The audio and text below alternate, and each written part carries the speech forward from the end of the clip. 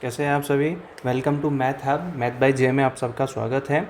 ये जो मेरा यूट्यूब चैनल है ये आप सभी के लिए मैथ्स के वीडियोस प्रोवाइड करेगा। मेरी ये जो फर्स्ट सीरीज़ है मेरी ये 9th क्लास के लिए है, जो CBSE प्लस RBSE बोर्ड्स के लिए है एंड अदर बोर्ड्स के लिए भी ये हेल्पफुल हो सकती है। जो चैप्टर्स अदर बोर्ड्स में जो सिमिलर होगा इन वीडियोज़ में वो भी ये कवर हो जाएगा। ये Hindi medium plus English medium के लिए कंपलसरी है, यानी कि ये जो हिंदी मीडियम और इंग्लिश मीडियम बोथ स्टूडेंट्स के लिए क्या होगा, हमारे लिए कवर किया जाएगा। हिंदी मीडियम स्टूडेंट्स को इसमें थोड़ी सी दिक्कत हो सकती है, बट जो मैथ सब्जेक्ट है वो हिंदी और इंग्लिश के दायरे में नहीं आता, उसको केवल आपको समझना होता है। इनमें जो मेथड्स होते हैं उनको आपको समझना होता है। तो ठीक है बच्चों, हमारा जो पहला चैप्टर है मैथ्स का 9th क्लास का वो है हमारे पास नंबर सिस्टम, जिसे हिंदी में बोलते हैं संख्या सिद्धांत या संख्या पद्धति।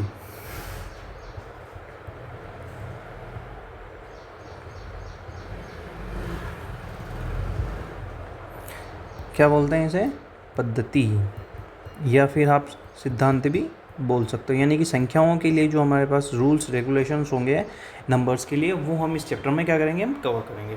ठीक है स्टूडेंट्स, तो start let's search the video. तो जो हमारा नंबर होता है, पहला नंबर, जो हमारा पहले नंबर हम नंबर सिस्टम में पढ़ेंगे।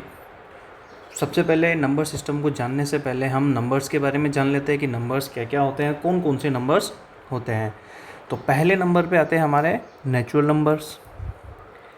नेचुरल नंबर को हम बोलते हैं प्राकृत संख्याएं। जो प्राकृत संख्याएं होती है या जो नेचुरल नंबर होते हैं वो 1 से स्टार्ट होकर इन्फिनिट तक जाते हैं। इन्फिनिट इस नंबर को हम नहीं लिखें तो भी क्या होता है, अंडरस्टूड होता है।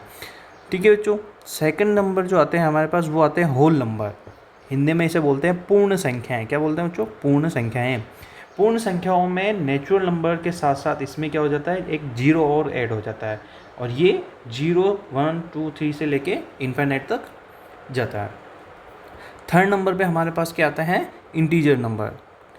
इंटीजर नंबर को हिंदी में बोलते हैं पूर्णांक संख्याएं। क्या बोलते हैं बच्चों, पूर्णांक संख्याएं। इस पूर्णांक संख्याओं में जीरो तो आता ही है, लेकिन प्लस माइनस के जो नंबर होते हैं वो भी क्या आते हैं, इनमें इंक्लूड होते हैं। जैसे कि आप देख सकते हैं ये जो नंबर है माइनस इन्फिनिट से लेके प्लस इन्फिनिट तक चलता है, जिनमें माइनस की डिजिट भी आती है और प्लस की डिजिट्स भी आती है। ठीक है बच्चों, फोर्थ जो नंबर आता है हमारे पास वो आता है हमारे पास रैशनल नंबर, जिसे हम हिंदी में बोलते हैं परिमेय संख्याएं। क्या बोलते हैं हम उसे, परिमेय संख्याएं। परिमेय संख्याएं वो होती है जिनको हम अंश और हर के रूप में लिख सकते हैं। किसके रूप में, अंश और हर के रूप में। ठीक है बच्चों, अंश को यहाँ पे हम p से डिनोट कर रहे हैं और हर को q से। यहाँ पे जो q होगा वो 0 के बराबर नहीं होना चाहिए, वरना ये इन्फिनिट पर पहुँच जाता है, यानी कि ये अपरिभाषित हो जाता है फिर। ठीक है, तो ये हुआ हमारा रैशनल नंबर यानी परिमेय संख्याएं। और अब जो फिफ्थ नंबर पे आता है वो होती है हमारी इरेशनल नंबर, यानी कि अपरिमेय संख्याएं। अपरिमेय संख्याएं ऐसी होती है जो ना तो रेशनल होती है ना ही इरेशनल होती है, जिनमें थोड़ा डेसिमल नंबर चलता है, बट ये कुछ इस तरीके से डिनोट होती है। जैसा आप देख सकते हैं √2, √3, √5, या कुछ और एग्जांपल देख सकते हैं हम 2 + √3 या 5 +7 ले लो, या 2 √3 ले लो। ऐसे नंबर जो होंगे वो हमेशा क्या होंगे, हमारे इरेशनल नंबर यानी कि अपरिमेय संख्या होगी। नेक्स्ट हम आ जाते हैं रियल नंबर्स। किस पे आ जाते हैं हम बच्चों, नेक्स्ट आ जाते हैं हम रियल नंबर्स पे। रियल नंबर को हम हिंदी में बोलते हैं वास्तविक संख्याएं। क्या बोलते हैं, वास्तविक संख्याएं। ये जो नंबर होते हैं माइनस इन्फिनिटी से प्लस इन्फिनिटी चलते हैं, यानी इनमें हर एक वो संख्या आ जाएगी जो हमने ऊपर देखी थी। यानी कि इसमें नेचुरल नंबर भी आते हैं, इसमें होल नंबर भी आ जाता है, इसमें इंटीजर नंबर भी आ जाते हैं, इसमें रैशनल नंबर भी आते हैं हमारे पास, इसमें इरेशनल नंबर भी आ जाते हैं। यानी कि ये एक ऐसी संख्याएं हैं जिसमें हमारे पास सभी संख्याएं आ जाती है जो हमने ऊपर पढ़ी थी। ठीक है बच्चों, ये होती है हमारी संख्याएं कि कौन कौन सी संख्याएं होती हैं हम जो पढ़ते हैं, जो होती हैं हमारे मैथमेटिक्स में, जो हम डेली लाइफ में यूज़ करते हैं। तो now let's talk about the chapter, कि हमारे चैप्टर में क्या क्या है, हम चैप्टर में क्या क्या पढ़ेंगे। तो जो हमारे चैप्टर का पहला एग्जाम्पल जो है वो कुछ इस तरीके से है।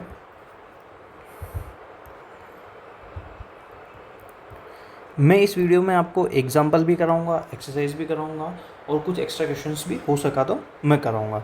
ठीक है बच्चों, तो ध्यान से देखिए। फर्स्ट क्वेश्चन जो है हमारे पास, आर द फॉलोइंग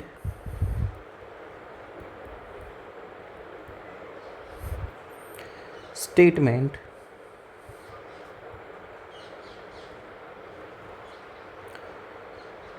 ट्रू और फॉल्स।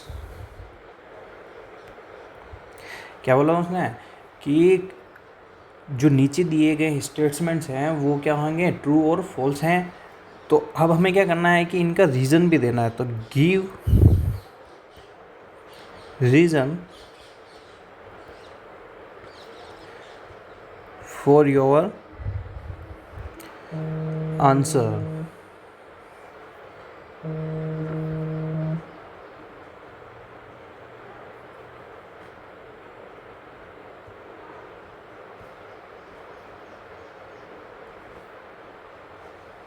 ठीक है बच्चों, तो हमारा जो क्वेश्चन है वो कुछ इस तरीके से है कि हमें क्या क्या स्टेटमेंट्स दिए हुए हैं। तो हमारा जो पहला स्टेटमेंट है वो क्या है कि every whole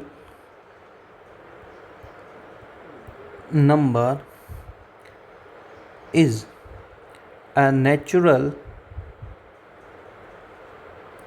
number.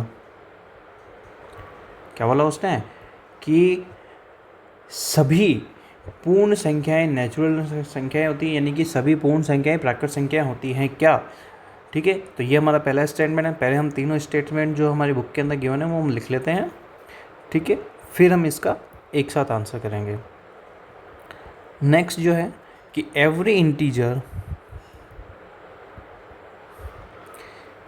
Is a rational number.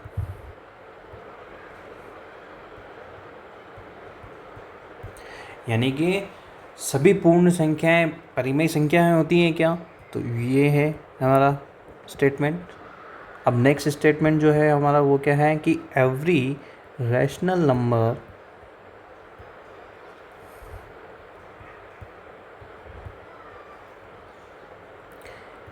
Is an integer. अब उसने क्या बोला है कि सभी परिमेय संख्याएं पूर्ण संख्याएं पूर्णांक होती है क्या, सॉरी इंटीजर को हम बोलते हैं पूर्णांक। ठीक है, तो अब लेट्स आंसर। तो इस क्वेश्चन का हम अब आंसर करते हैं। सॉल्यूशन कैसे देंगे, तो देखो फर्स्ट स्टेटमेंट हमारे पास क्या था कि every whole number is a natural number. तो फर्स्ट का हम आंसर देंगे नो। ठीक है बच्चों, सॉरी हमें ट्रू और फॉल्स में आंसर देना, तो हम नो नहीं लिखेंगे, तो फॉल्स। अब फॉल्स है तो अब हमें आंसर का रीज़न भी देना है कि रीज़न क्या है। तो because 0 is a whole number. क्या है, 0 इज़ अ होल नंबर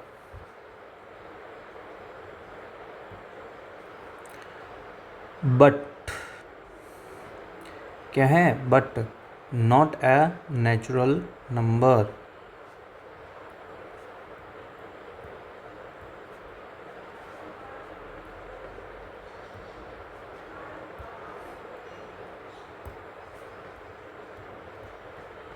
ठीक है, तो इसका रीज़न क्या है हमारे पास कि जो 0 है वो क्या होता है, होल नंबर होता है, बट वो क्या होता है, नेचुरल नंबर कभी नहीं होता है। ठीक है बच्चों, तो ये हमारा फर्स्ट का आंसर हो गया।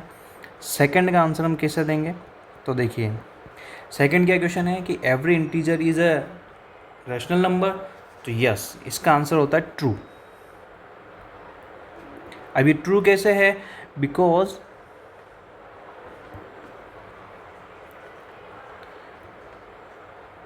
एवरी इंटीजर, सपोज हम कोई इंटीजर m मान लेते हैं, कोई भी डिजिट हो सकती है वो m। ठीक है, इंटीजर्स नंबर्स में से कैन बी एक्सप्रेस्ड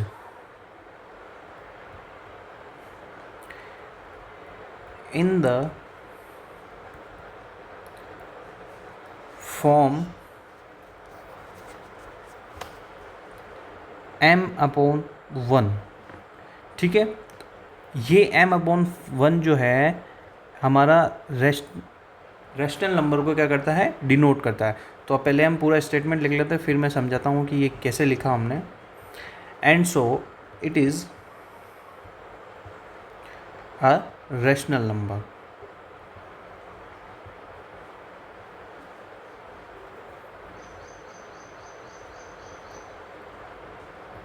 ठीक है बच्चों, तो अब इसका रीज़न देखो कि हमने इस m को इस फॉर्म में कैसे लिखा। ठीक है बच्चों, तो ध्यान दीजिएगा। तो देखो m कोई नंबर है, सपोज मैंने मान लिया m, ये मैंने ले लिया 5, ठीक है। अब मैं m जो है मैंने 5 लिया है, ठीक है। तो अब हमें इसे क्या बोला है कि इंटीजर नंबर जो है वो रेशनल नंबर में होता है। तो देखो अभी हमने पढ़ा था कि जो रेशनल नंबर होते हैं हमारे, वो किस फॉर्म में होते हैं, p/q की फॉर्म में होते हैं, जहाँ जो q है वो 0 के इक्वल नहीं होना चाहिए, ठीक है। तो p की वैल्यू हो गई हमारे यहाँ पे 5, ठीक है। अब बेटा देखो कि जो रेशनल नंबर होता है ना, तो उसमें जो q है वो 1 हो गया हमारे पास। तो इसको हम कैसे लिख सकते हैं, 5/1। अगर नीचे हर में यानी कि डिनोमिनेटर में अगर 1 लिखा हुआ है तो उसको हम ऐसे भी लिख सकते हैं। 1 को डिनोट नहीं किया जाता क्योंकि वो एक अंडरस्टूड हो जाता है कि जो 1 है वो अपॉन में होता है। क्लियर है बच्चों? तो आपको समझ में आ गया होगा कि ये स्टेटमेंट ट्रू क्यों है। क्लियर? नेक्स्ट अब हम आ जाते हैं हमारे थर्ड स्टेटमेंट में। थर्ड स्टेटमेंट क्या था हमारा, every rational number is a integer. तो अब देखो कि एवरी रैशनल नंबर जो है हमारा इंटीजर होगा कि नहीं होगा। तो देखो ये होगा हमारा फॉल्स, बिकॉज आपने अभी ऊपर ही देखा है कि जो रैशनल नंबर होता है उसको हम p/q की फॉर्म में लिखते हैं, ठीक है। तो ये क्या होता है, ये कुछ इस तरीके से होता है, rational number is not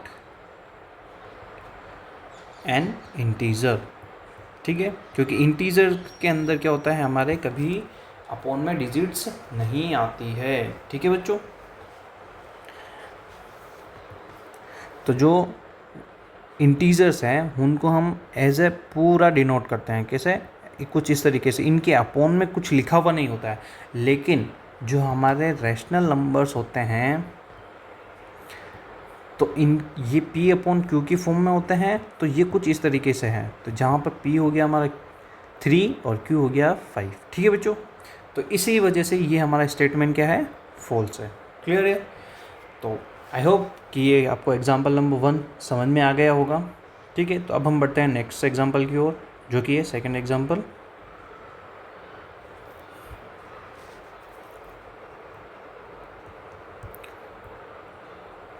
second example जो है, फाइंड 5 रैशनल नंबर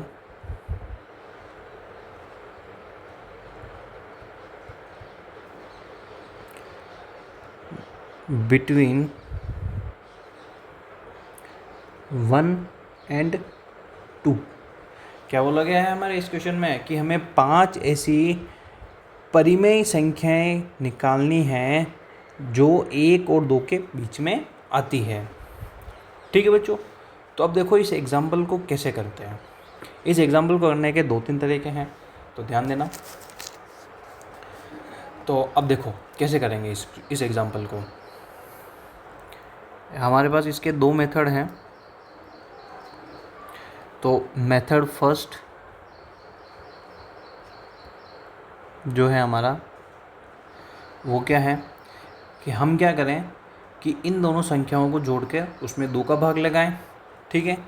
तो जो हमने पिछली क्लासों में जो हमारी छोटी क्लासों में होता है, तो उनमें वहाँ पर क्या एक फॉर्मूला चलता है। तो वो कुछ इस तरीके से है कि to find rational number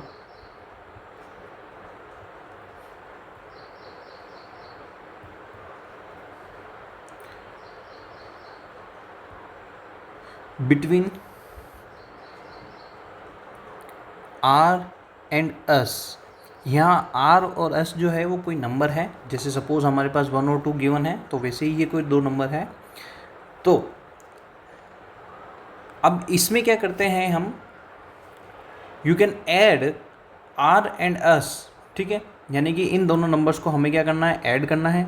are plus S कर लिया हमने, एंड डिवाइड विद द 2, यानी कि इन दोनों के सम को हमें 2 से डिवाइड करना है।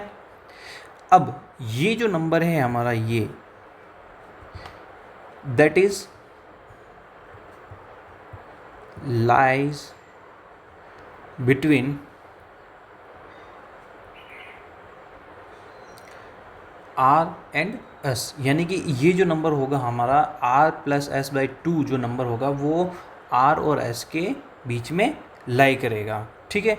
जैसे जो हमारा दैट इज़ हमारे पास आर की जगह क्या है 1 एंड एस की जगह क्या है हमारे पास 2, ठीक है। तो देखो अकॉर्डिंग टू द फॉर्मूला क्या होता है, आर प्लस एस बाय 2। तो हम इसको कैसे करेंगे, देखिए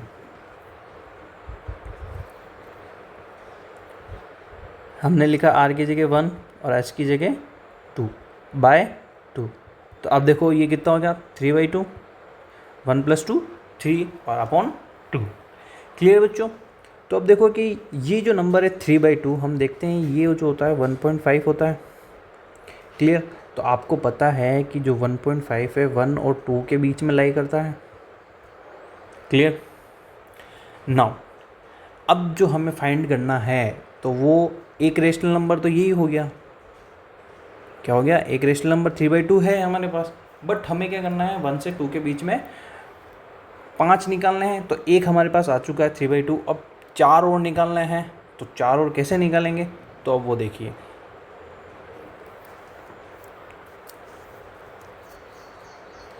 तो इसी फॉर्मूले को हम क्या करेंगे, वापस यूज़ करेंगे बाकी के नंबर्स को निकालने के लिए। जैसे कि ये जो हमारे पास नंबर आ गया 3/2 नंबर आ गया, अब हम 2 ले लेते हैं एक बार, ठीक है।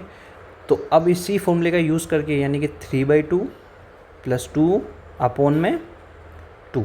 तो अब इसको कैसे सोल्व करेंगे वो देखो, अपॉन में 2, यहाँ जो है ये जो डिजिट है इसको हम कैसे सोल्व करेंगे, हम यहाँ पे 2 का एलसीएम लिया, 2 का एलसीएम लेंगे तो यहाँ 3 आ गया हमारे पास, प्लस ये वाला प्लस हमारे पास ये रहा, एंड 2 के अपॉन में कुछ नहीं है तो 1 है, ठीक है। तो 2, इस 2 का जो एलसीएम है इस 1 से इसको डिवाइड करेंगे तो 2 टाइम आता है।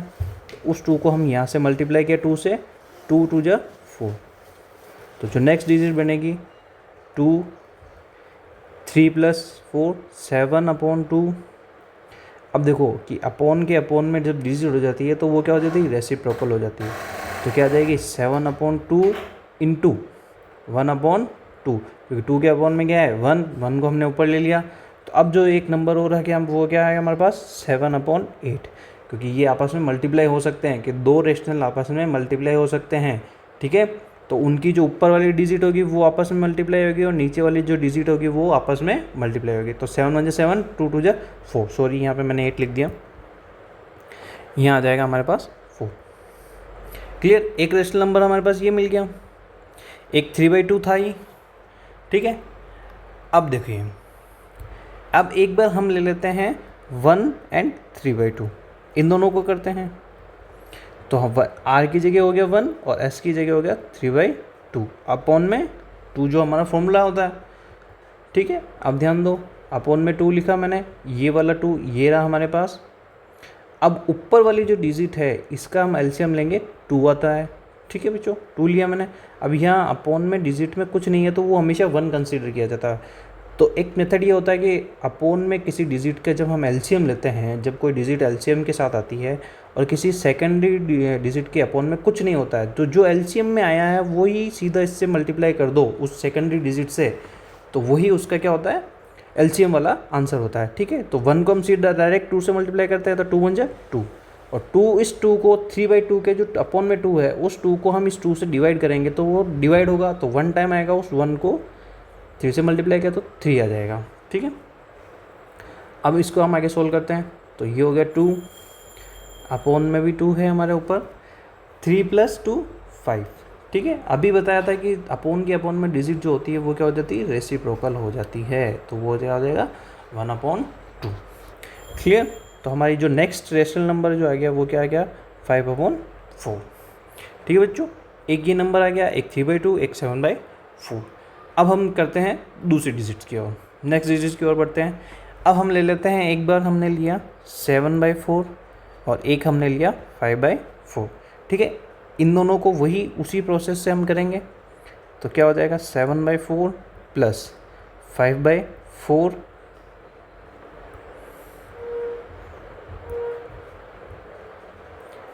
क्लियर अपॉन में 2। जो हमने R+S वाला जो फॉर्मूला हमने यूज़ किया था बाई 2 वाला, तो वो यही फॉर्मूला है। अब देखो अपॉन में 2 ये आ गया। अब हम क्या करेंगे, इस डिजिट का एलसीएम लेंगे, तो इस डिजिट का एलसीएम जो आएगा वो हमारे पास आएगा 4। यहाँ देखो कि दोनों जगह सेम डिजिट है तो एलसीएम सेम आएगा, तो ऊपर जो डिजिट है वो एज इट इज़ आ जाएगी हमारे पास 7, ये वाला प्लस हमारे पास यहाँ आ गया और ये 5 आ गया। क्योंकि क्या होगा कि जब 4 को 4 से ही डिवाइड करेंगे तो 1 आएगा, उस 1 को ऊपर वाली डिजिट से क्या करते हैं, मल्टीप्लाई करते हैं, तो डिजिट क्या आती है, एज इट इज़ आ जाती है। ये हो गया 2 हमारे पास, ऊपर 4 है हमारे पास, ठीक है। तो 7 + 5 करते हैं तो कितना आता है 12, ठीक है बच्चों। अब ध्यान दो कि 4 और 12 आपस में कट जाएंगे, तो 4 × 1 = 4, 4 × 3 = 12। तो अब इसको और सॉल्व कर लेते हैं, 3/1/2/1, तो इसको रेसिप्रोकल कर लेते हैं हम।